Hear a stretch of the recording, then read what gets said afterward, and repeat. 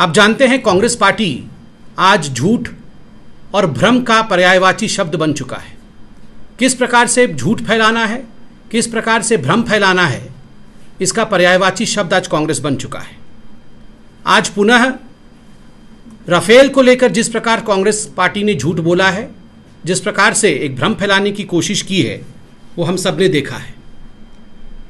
अभी ये बताया गया कि फ्रांस के अंदर कोई इन्वेस्टिगेशन होने वाला है राफेल को लेकर। स्वाभाविक है, किसी भी देश में, किसी भी सोवरेन कंट्री में अगर कोई भी एनजीओ किसी चार्ज को लेकर कंप्लेंट करती है, आगे बढ़ती है, और वहाँ की जो इन्वेस्टिगेटिव फाइनेंशियल प्रोसिक्यूशन की बॉडी है, उन्होंने एक मैजिस्ट्रेट अपॉइंट किया है, तो इसको एक करप्शन के रूप में देखने की आवश्यकता है, ये हमें नहीं लगता है। Just an investigation has been ordered और एक मैजिस्ट्रेट को अलॉट किया गया है इस पूरे विषय को देखने के लिए। ये ठीक वैसे ही है। आप देखते होंगे भारतवर्ष में जिस प्रकार से कोई फाइल आती है किसी कॉम्पिटेंट अथॉरिटी के पास और वो फाइल के ऊपर हस्ताक्षर करता है कि प्लीज़ एक्ट अकॉर्डिंगली, बस वैसे ही है। किसी ने कंप्लेन किया, एक एनजीओ ने कंप्लेन किया है, उस एनजीओ का नाम भी आपके सामने आया है, फ्रांस शेरपा, ऐसा एक एनजीओ का नाम है। उन्होंने राफेल को लेकर, वो पहले भी कंप्लेन करते रहे थे, कंप्लेन किया है, एक मैजिस्ट्रेट असाइन किया गया है। मगर इस पूरे प्रकरण को लेकर राहुल गांधी और कांग्रेस पार्टी जिस प्रकार से राजनीति आरंभ कर रहे हैं, यह दुखद है और यह हम सब देख रहे हैं। कोई पहली बार नहीं है जो राहुल गांधी ने भ्रम में डालने की कोशिश की है। आज हम जहां राहुल गांधी से जानना चाहते हैं, गांधी परिवार से जानना चाहते हैं कि बंधुगण, ये जो डिफेंस कंपनीज होती हैं, इनके आपस में कई राइवलरीज होती हैं। In fact there are great deal of rivalries as far as this defence companies are concerned. और कई बार ये जो राइवल कंपनीज होती हैं, ये आपस में एजेंट्स रखते हैं ताकि किसी को बदनाम किया जा सके, दूसरों को प्रमोट किया जा सके। और आज राहुल गांधी जिस प्रकार का व्यवहार कर रहे हैं, ये कहना अतिशयोक्ति नहीं होगा कि कई बार शक होता है कि Rahul Gandhi is being used as a pawn in the hands of the competing companies of Rafale.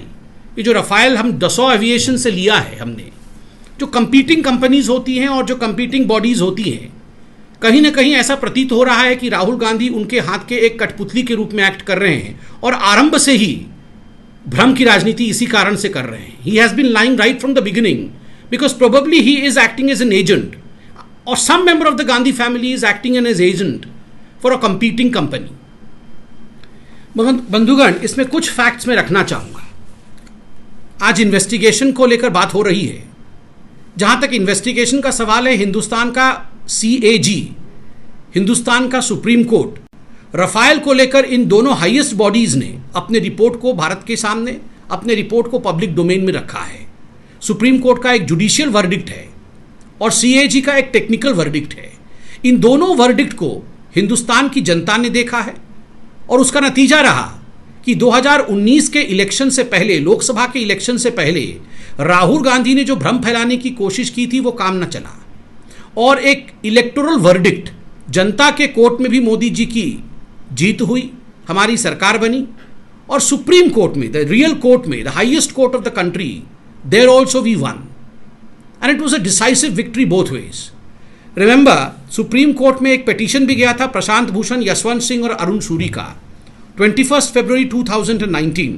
इसमें सुप्रीम कोर्ट ने इस डेट में इस रिव्यू पिटीशन को खारिज किया था और सुप्रीम कोर्ट ने बहुत स्पष्ट रूप से कहा था कि जो लोग महत्वपूर्ण जिम्मेदारी पर होते हैं, जो लोग महत्वपूर्ण पॉलिटिकल व्यक्तित्व होते हैं, कहीं ना कहीं बोलने से पहले उनको 100 बार सोचना चाहिए और उसके बाद कंप्लेंट करना चाहिए, उसके बाद इस प्रकार के पिटीशंस डालने चाहिए। और एक शब्द का प्रयोग किया था सुप्रीम कोर्ट ने, आपको याद होगा, कि रोविंग एंड फिशिंग एक्सरसाइज, ये जो unnecessary roving and fishing exercise पूरे के पूरे राफेल विषय को लेकर हुआ है, ये बंद होना चाहिए, ये सुप्रीम कोर्ट ने कहा था। Can not be a roving and fishing inquiry, ये सुप्रीम कोर्ट का वर्डिक्ट था। आज फिर से राहुल गांधी फिशिंग करना चाहते हैं। Yet again Rahul Gandhi has gone into a fishing expedition as far as Rafael is concerned, but I am sure he is not going to catch anything which is true because of the fact that he is trying to spread all kind of canards. कुछ बातें मैं यहाँ रखना चाहूँगा जहाँ राहुल गांधी ने देश को बरगलाया है ताकि आज की सच्चाई भी मालूम पड़े। नंबर एक, आप याद करिए राहुल गांधी बार बार बोल रहे थे कि जो रिलायंस कंपनी है, कहीं ना कहीं ये सरकार रिलायंस कंपनी को जबरदस्ती का डील करा रही है और उसको डसो के साथ जबरदस्ती जोड़ रही थी और डसो को कह रही थी कि आप अगर रिलायंस के साथ गठबंधन नहीं करेंगे, बिजनेस नहीं करेंगे, तो हम ये डील आपको नहीं देंगे। बाद में सुप्रीम कोर्ट में भी ये साबित हुआ कि ये ऑफसेट क्लॉज के लिए भारत सरकार डसो से बात कर रही थी और जो डील भारत सरकार की डसो से हुई थी, डसो एविएशन से, जो फ्रेंच कंपनी है, वो ऑफसेट क्लॉज को लेकर हुई थी कि आपको एक बड़ा बिजनेस जो है भारत के इंडिजिनस कंपनीज को देना पड़ेगा ताकि हिंदुस्तान के जो लोग हैं उनको आजीविका अर्थात एम्प्लॉयमेंट मिल सके और वो आगे बढ़ सके।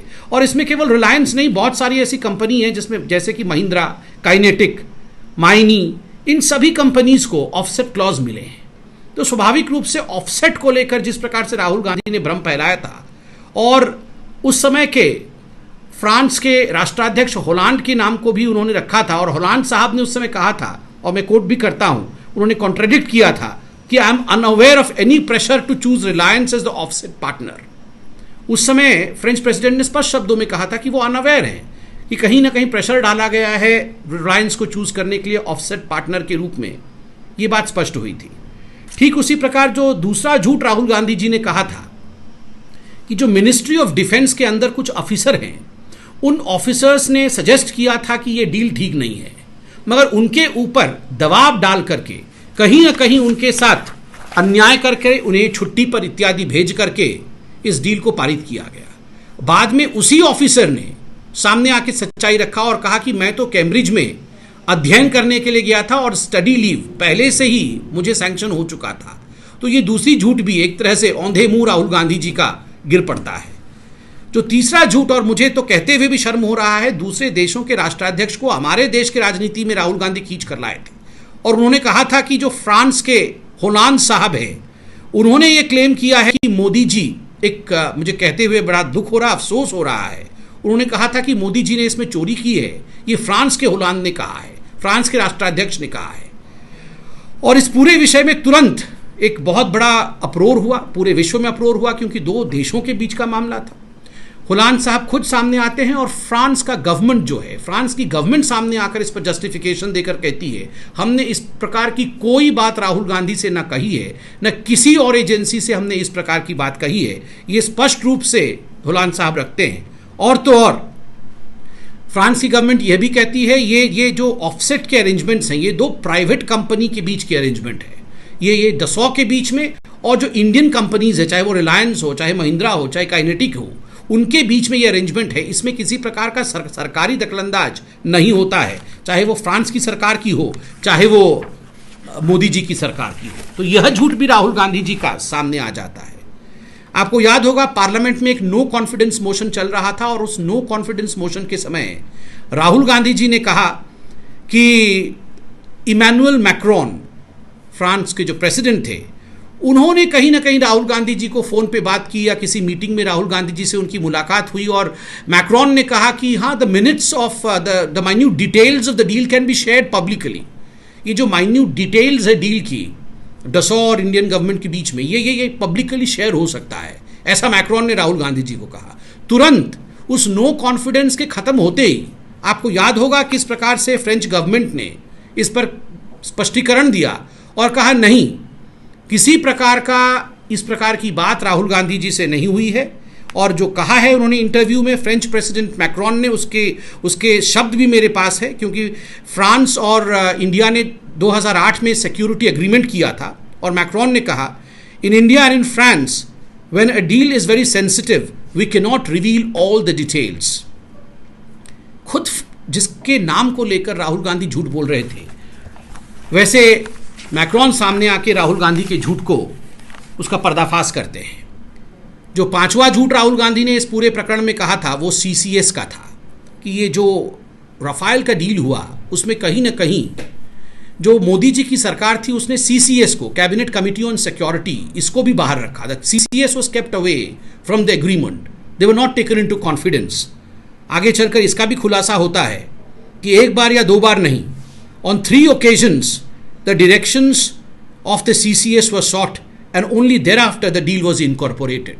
एक या दो बार नहीं, 3 बार सीसीएस के साथ डिटेल्ड वार्ता होने के बाद जाके ये पूरा का पूरा जो संदर्भ है राफेल का वो आगे बढ़ा है। तो कहीं ना कहीं राहुल गांधी जी ये 5वें झूठ में भी उनका झूठ पकड़ा जाता है और वो सामने आ जाता है। देखिए, छठा झूठ तो बड़ा ही it's typical of Rahul Gandhi. The 6th lie is so typical of Rahul Gandhi कि मुझे बताने की भी आवश्यकता नहीं है। छठे झूठ में राहुल गांधी वो व्यक्ति हैं, और मुझे लगता है एलिगेशन भी ठीक से लगाना नहीं आता है। उन्होंने हर विषय को लेकर, राफेल में कितने का स्कैम हुआ, ये जो एलिगेशन उनका था उसमें भी भिन्न भिन्न नंबर दिए। कांग्रेस पार्टी ने कितने में प्रोक्योर करने की बात की, वह भी भिन्न भिन्न भिन्न भिन्न जो है उन्होंने संख्याएं रखी है। आप याद करिए, सितंबर 28, 2018 को राहुल गांधी राफेल को लेकर कहते हैं कि बहुत बड़ा स्कैम हुआ, 1,30,000 करोड़ का स्कैम हुआ। ये राहुल गांधी जी हर दिन अपने प्रेस कॉन्फ्रेंस में कहते थे। उसके बाद अचानक फरवरी 21, 2019 को वो 1,30,000 करोड़ पता नहीं कहां चला गया। उसके बाद 58,000 करोड़ का स्कैम हुआ है, ये राहुल गांधी कहने लगे। ठीक उसके साथ साथ वो हमेशा कहते थे कि हाँ, हमारी जो कांग्रेस की सरकार थी उससे पहले 2014 तक हमने एक पूरा प्रपोजल रेडी कर रखा था, हमने डील रेडी कर रखा था, हमने तो बड़े कम रेट में रेडी कर रखा था। याद होगा उस समय भी प्रेस कॉन्फ्रेंस करके ना केवल हमने अपितु बाकी जो एक्सपर्ट्स हैं उन्होंने भी कहा कि there is a difference between a proposal and a deal. आप प्रपोजल अपना करते रहिए घर के अंदर, मगर इतने वर्षों तक इंडियन स्क्वाड्रन स्ट्रेंथ को डिप्लीटेड करने के पश्चात भी कोई डील आपने नहीं किया और 10 वर्षों तक आप रोड़े अटकाते रहे, ये तो बिल्कुल स्पष्ट है। अप्रैल 2018 में जन आक्रोश रैली जो दिल्ली में हुआ था, उसमें राहुल गांधी ने कहा ये एक विमान जो है कांग्रेस पार्टी 700 करोड़ में खरीदना चाहती थी, मगर मोदी जी तो बहुत इन्फ्लेटेड प्राइस में खरीदना चाहते हैं। फिर जुलाई 2018 में पार्लियामेंट के अंदर राहुल गांधी ने उसे 520 करोड़ का बताया। अगस्त 2018 में रायपुर में उन्होंने उसे 540 करोड़ का बताया। अगस्त 11, 2018 को जयपुर की रैली में, एक ही रैली में, एक ही भाषण में 5 मिनट के गैप में 5 मिनट पहले बताया कि 520 करोड़ का हम खरीदना चाहते थे, और 5 मिनट के बाद उन्होंने 540 कर दिया। 5 मिनट में 20 करोड़ बढ़ जाता है कि हम 540 करोड़ में खरीदना चाहते थे।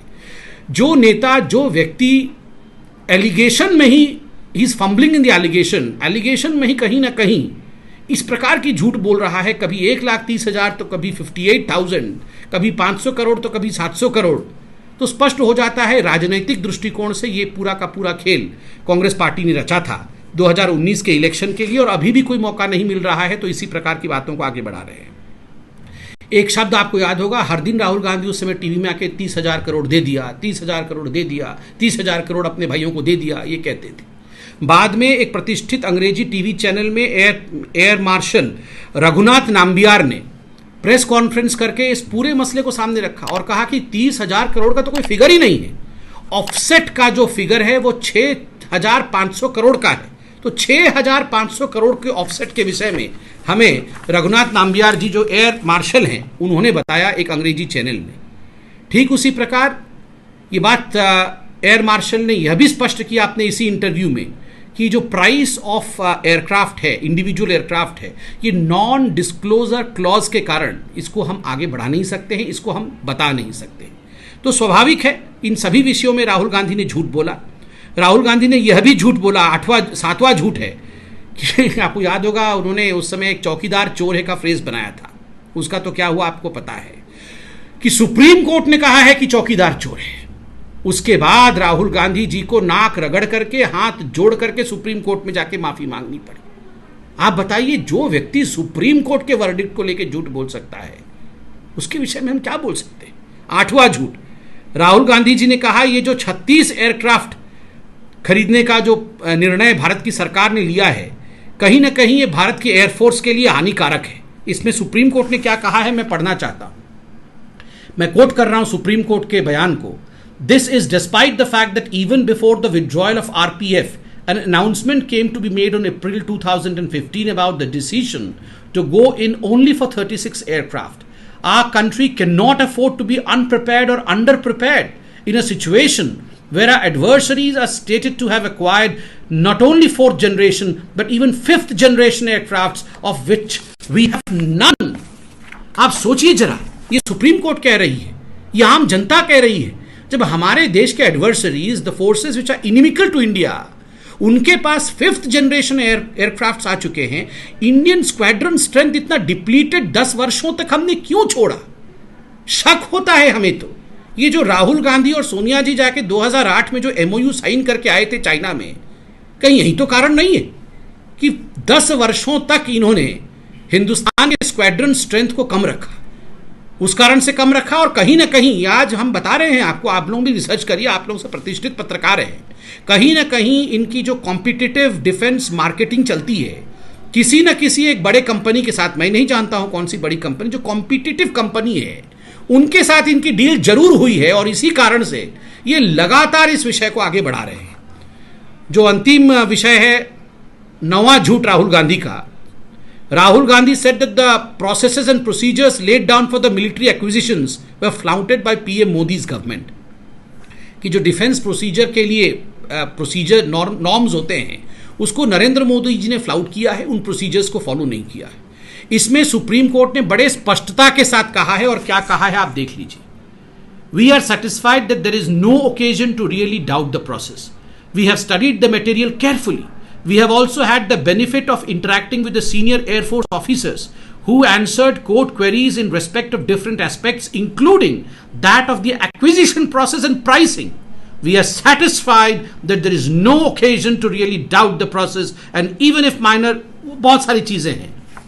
मैं इतना कहना चाहता हूं कि सुप्रीम कोर्ट प्राइसिंग को लेकर, प्रोसेस को लेकर और एक्विजिशन को लेकर, इन तीनों चीजों को लेकर सुप्रीम कोर्ट सेटिस्फाइड है, CAG सेटिस्फाइड है, राहुल गांधी सेटिस्फाइड नहीं है। अब क्या किया जाए राहुल गांधी का, आप बताइए।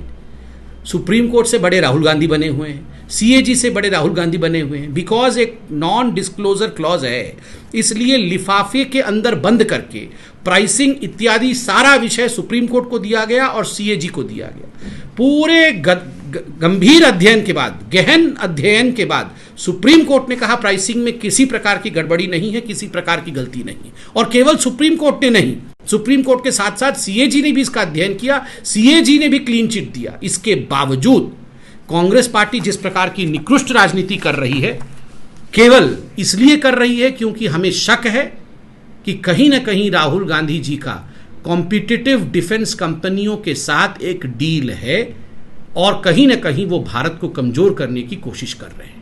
बंधुगण, बहुत धन्यवाद। मुझे आप 1 मिनट दीजिए, मैं जरा अपना ईयरफोन लगाऊंगा। आप लोग जो भी प्रश्न पूछना चाहते हैं मुझसे पूछ सकते हैं।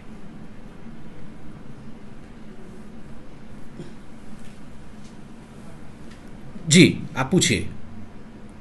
मेरी आवाज आ रही है आपको? हाँ जी जी। शैलेंद्र मिश्रा जी पूछिए।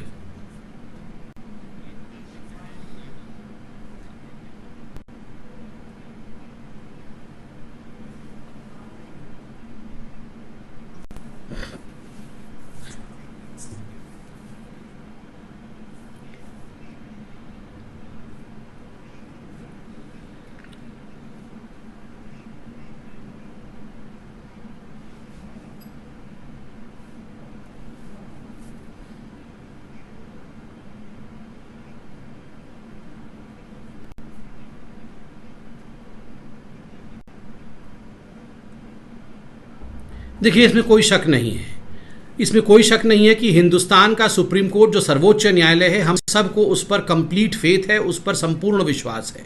और केवल सुप्रीम कोर्ट ही नहीं, CAG ने भी इसका ऑडिट किया है। एक का जुडिशियल वर्डिक्ट सुप्रीम कोर्ट का, और दूसरे का जो टेक्निकल ऑडिट का पूरा विषय हम सबके सामने रखा हुआ है। तो इसमें शक काहे का है? फ्रांस में क्या हुआ है वो भी हमने आपको बताया कि इसमें किसी प्रकार की कोई चिंता का विषय नहीं है। ठीक है, किसी ने कंप्लेन किया, उन्होंने एक मजिस्ट्रेट असाइन किया है, कुछ तो प्रूव नहीं हुआ है, कुछ भी नहीं हुआ है। देखिए, कांग्रेस पार्टी इस प्रकार से भ्रम फैलाती है क्योंकि उनके पास कोई विषय नहीं है। आज उनके जो शासित राज्य हैं, चाहे वो पंजाब हो, चाहे वो छत्तीसगढ़ हो, चाहे वो राजस्थान हो, वहाँ कहीं ना कहीं पॉलिटिकल इंस्टेबिलिटी है। तो स्वाभाविक रूप से वो चाहते हैं कि ध्यान भटकाया जाए, वहाँ उनको कुछ मुद्दा मिले। वरना कैप्टन अमरिंदर सिंह और नवजोत सिद्धू के बीच में क्या हो रहा है, सचिन पायलट और अशोक गहलोत जी के बीच में क्या हो रहा है, छत्तीसगढ़ में उनके हेल्थ मिनिस्टर और चीफ मिनिस्टर के बीच में क्या हो रहा है, ये सारे विषय तो बहुत चिंता के विषय हैं। तो स्वाभाविक है, गड़े मुर्दे उखाड़ने की कोशिश हो रही है। और मैं आपको बता दूं, ये जो हमने कहा आपको कि कॉम्पिटिटिव कंपनी के एजेंट बनने की कोशिश कर रहे हैं। देखिए, गांधी परिवार शुरू से ही एक एजेंट के रूप में काम करता रहा है, और मैं यहाँ बहुत जिम्मेदारी के साथ बताना चाहूँगा कि राफेल का deal one of the biggest defence deal है इंडिया का, जिसमें गांधी परिवार को दलाली या कमीशन नहीं मिला है। तो स्वाभाविक रूप से दलाली या कमीशन न मिलने के कारण गांधी परिवार इससे बहुत परेशान है, शुरू से ही, आरंभ से ही परेशान रहा है। और इसी कारण से कहीं ना कहीं जो कॉम्पिटिटिव एजेंसीज रही हैं उनके लिए बैटिंग करते हुए नजर आते हैं। जी, दूसरा प्रश्न।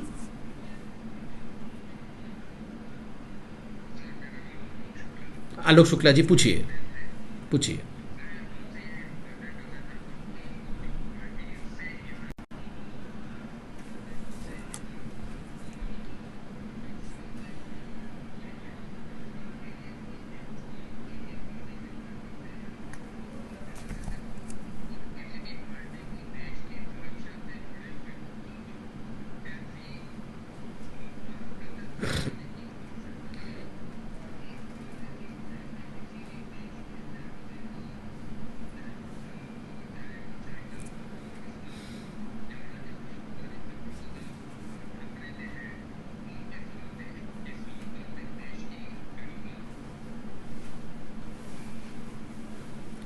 अशोक जी, आपने बिल्कुल सही बोला है, आपने एक अच्छा सुझाव भी दिया है। मेरा तो सिर्फ इतना कहना है, और भारतीय जनता पार्टी मानती है कि हिंदुस्तान के सिक्योरिटी से बड़ा विषय कोई नहीं हो सकता है। जो सुरक्षा है हिंदुस्तान का, ये सुरक्षा कवच सबसे महत्वपूर्ण है। ऐसे में जो इसके साथ राजनीति करने की कोशिश करते हैं, और वो भी बहुत पेटी पॉलिटिक्स, बहुत क्षुद्र राजनीति करते हैं, छोटी राजनीति करते हैं, ये हिंदुस्तान की जनता बहुत बुद्धिमान है। तभी मैंने अपने प्रेस कॉन्फ्रेंस के दौरान कहा, चूंकि राफेल के साथ उन्होंने राजनीति की तो एक इलेक्टोरल वर्डिक्ट भी आया, एक जुडिशियल वर्डिक्ट भी आया। जुडिशियल वर्डिक्ट में भी हमारी जीत हुई और इलेक्टोरल वर्डिक्ट में 2019 में भी हमारी जीत हुई।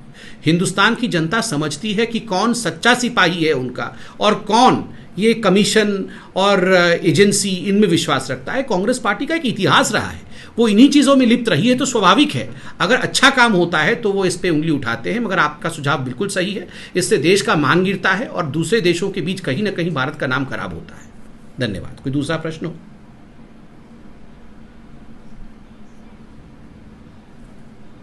हाँ, अनामिका जी।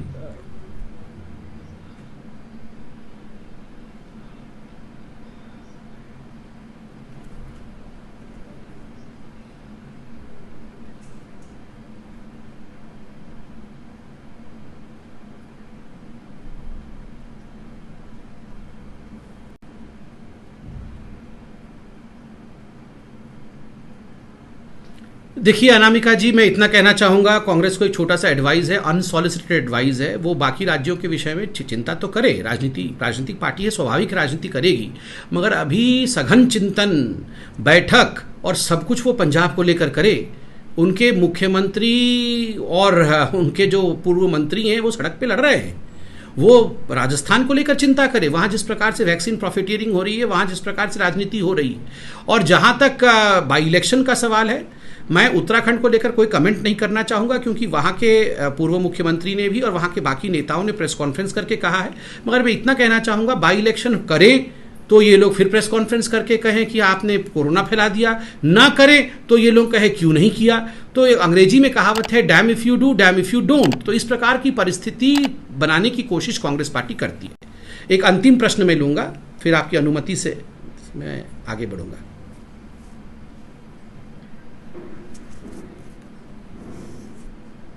हो गया, थैंक यू। आप सब एक, हाँ अनामिका, दूसरा सवाल। हाँ,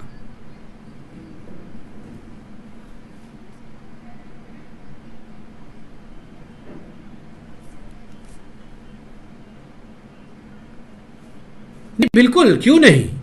अगर जिस प्रकार से राजस्थान में, पंजाब में वैक्सीन प्रॉफिटियरिंग हुआ है, वैक्सीन वेस्टेज हुआ है, वैक्सीन स्कैम्स हुए हैं, तो स्वाभाविक है। कल मेरे भाई गौरव भाटिया जी ने इस विषय को आगे रखा था प्रेस कॉन्फ्रेंस करके। इन विषयों को आगे बढ़ाने की आवश्यकता है, हमारी पार्टी इन विषयों को आगे बढ़ाएगी, इन विषयों को एक कंक्लूसिव एंड तक अवश्य लेके जाएगी। Thank you my friends, thank you so much. I have a flight to catch, so मैं आप सबसे अनुमति लेके आगे बढ़ता हूँ। बहुत बहुत धन्यवाद।